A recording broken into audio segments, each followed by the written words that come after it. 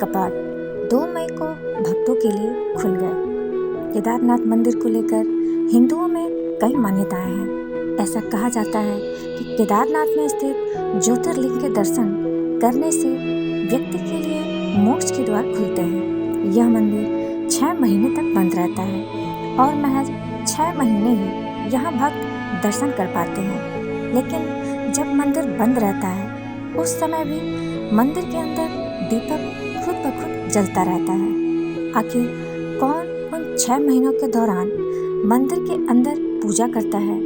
ऐसे ही इस मंदिर से जुड़े कई रहस्य शिव पुराण में बताए गए हैं। तो दोस्तों, आइए जानते हैं केदारनाथ मंदिर से जुड़े कुछ हैरान कर देने वाले रहस्य। केदारनाथ जहाँ आरंभ और अंत एक साथ आकर मिलते हैं, जहाँ भगवान शिव के होने का एहसास मिलता है, जहाँ दुखी मन को शांति मिलती है और मुक्ति के द्वार का मार्ग आरंभ होता है। शिव पुराण की कोटिरुद्र संहिता में वर्णन मिलता है कि जो मनुष्य केदारनाथ की यात्रा के भाव से जा रहा है और मार्ग पर चलते समय किसी कारण उसकी मृत्यु हो जाती है तो उसे भी मोक्ष की प्राप्ति होती है। केदारनाथ की महिमा सिर्फ इतनी ही नहीं है। शिव पुराण के अनुसार जो मनुष्य केदारनाथ के दर्शन करता है और वहाँ मौजूद कुंड का जलपान करता है, वह भी जीवन मृत्यु के चक्र से मुक्त हो जाता है। दोस्तों, आइए उस केदारेश्वर भगवान शिव के परम धाम केदारनाथ के उन रहस्यों को जानते हैं जो जीव आत्मा को मुक्ति प्रदान करता है। नमस्कार दोस्तों, मेरी अनमोल कहानियाँ में आपका एक बार फिर से बहुत बहुत स्वागत है। कहाँ स्थित है केदारनाथ? भगवान शिव को समर्पित केदारनाथ मंदिर उत्तराखंड के रुद्रप्रयाग जिले में स्थित है। केदारनाथ 12 ज्योतिर्लिंग में से एक है, साथ ही पंच केदार में से भी एक है। शिव पुराण के अनुसार इस मंदिर का निर्माण पांडवों के पौत्र महाराज जन्मेजय के द्वारा कराया गया था। यहाँ स्वयंभू शिवलिंग है। साथ ही इस मंदिर का जीर्णोद्धार आदि शंकराचार्य ने कराया था।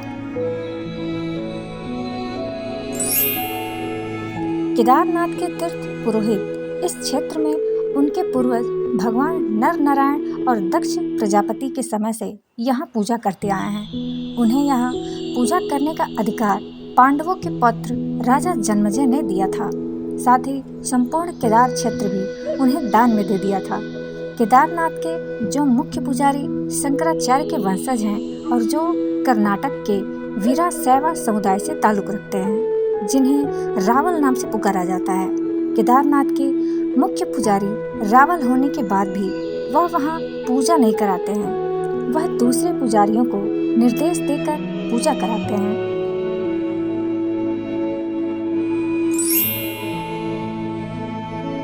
मंदिर को 3 भागों में बांटा जा सकता है। पहला गर्भगृह, दूसरा मध्य भाग और तीसरा सभा मंडप। गर्भगृह में स्वयंभू ज्योतिर्लिंग स्थित है। ज्योतिर्लिंग के आगे के हिस्से पर भगवान गणेश के साथ माँ पार्वती का श्री यंत्र भी स्थित है। ज्योतिर्लिंग पर देखने पर ऐसा लगता है कि वहाँ प्राकृतिक रूप से यज्ञोपवीत यानी जनेऊ अंकित किया गया है।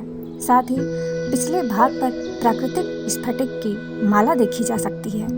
यहाँ हजारों वर्षों से एक दीपक जल रहा है। जब मंदिर 6 महीने के लिए बंद कर दिया जाता है उस समय भी यह दीपक अपने आप जलता रहता है।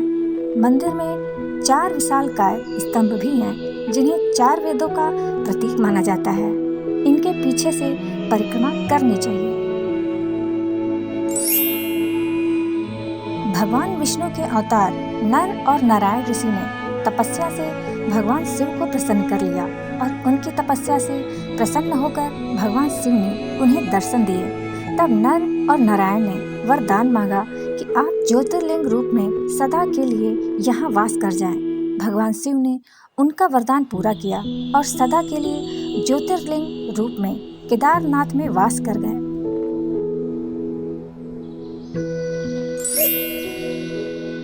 पुराणों के अनुसार महाभारत का युद्ध जब समाप्त हुआ तो भ्रातृ हत्या के पाप से मुक्ति के लिए भगवान शिव के पास पांडव जा पहुँचे। पाप से मुक्ति पाने के लिए वह भगवान शिव से आशीर्वाद पाना चाहते थे, लेकिन भगवान शिव पांडवों को दर्शन नहीं देना चाहते थे। भगवान शिव की खोज में पांडव पहले काशी पहुंचे, लेकिन भगवान शिव वहां से अंतर्ध्यान हो गए। भगवान शिव को खोजते खोजते पांडव हिमालय आ पहुंचे, लेकिन भगवान शिव वहां से भी अंतर्ध्यान हो गए। लेकिन पांडवों ने हार नहीं मानी और भगवान शिव को पाने की खोज जारी रखी। जब पांडव केदार पहुंचे तो भगवान शिव उनसे छिपने के लिए बैल का रूप धारण कर बाकी पशुओं में जा मिले। पांडवों को संदेह हुआ तो भीम ने अपना विशाल रूप धारण कर लिया। भीम ने अपने दोनों पैरों को दो पर्वत पे रख दिया। सारे जानवर भीम के दोनों पैरों के बीच से निकल गए, लेकिन शिव जी जो बैल के रूप में थे वो उनके पैरों से नहीं निकले। भीम तुरंत समझ गए और उन्होंने बैल पर जैसे ही झपट्टा मारा तो बैल का त्रिकोणात्मक पीठ का भाग पकड़ लिया। भगवान शिव पांडवों की भक्ति देखकर प्रसन्न हो गए। जब भगवान शंकर अंतर्ध्यान हो रहे थे तो धड़ का ऊपरी हिस्सा काठमांडू पहुंच गया, जो आज पशुपतिनाथ के नाम से मशहूर है। भगवान शिव की भुजाएं तुंगनाथ में, मुख रुद्रनाथ में, नाभि मध्येश्वर में, भगवान शंकर की जटा कल्पेश्वर में प्रकट हुई। इसलिए इन 4 स्थानों को पंच केदार कहा जाता है। दोस्तों, आइए जानते हैं कि केदारनाथ को लेकर अन्य मान्यताएं क्या हैं। केदारनाथ को लेकर एक अन्य मान्यता यह भी है कि जब असुरों ने देवता पर आक्रमण किया तब असुरों से बचने के लिए देवताओं ने भगवान शिव की आराधना की थी, जिसके बाद शिव बैल के रूप में प्रकट हुए और उन्होंने देवताओं से कहा कोदरम यानी किसे चीरूं किसे फाड़ूं। इसके बाद बैल स्वरूप भगवान शिव ने असुरों का सिंगों और खुरों से नाश कर दिया। इन असुरों को भगवान शिव ने मंदाकिनी नदी में फेंक दिया। केदारनाथ का नाम कुदारा यहीं से पड़ा है।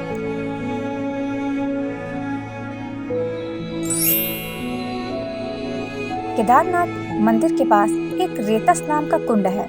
कुंड के पास ओम नमः शिवाय बोलने पर पानी में बुलबुले ऊपर उठने लगते हैं। साथ ही इस कुंड का पानी पीने से व्यक्ति को मोक्ष मिलता है। जहाँ से केदारनाथ की यात्रा आरंभ करते हैं वहाँ तो गौरी कुंड स्थित है। गौरी कुंड का पानी हमेशा गर्म रहता है। यहाँ स्नान करने के बाद ही केदारनाथ की यात्रा आरंभ होती है। इस कुंड को लेकर मान्यता है कि इस कुंड के पास माता पार्वती ने भगवान शिव को पति के रूप में पाने के लिए तपस्या की थी।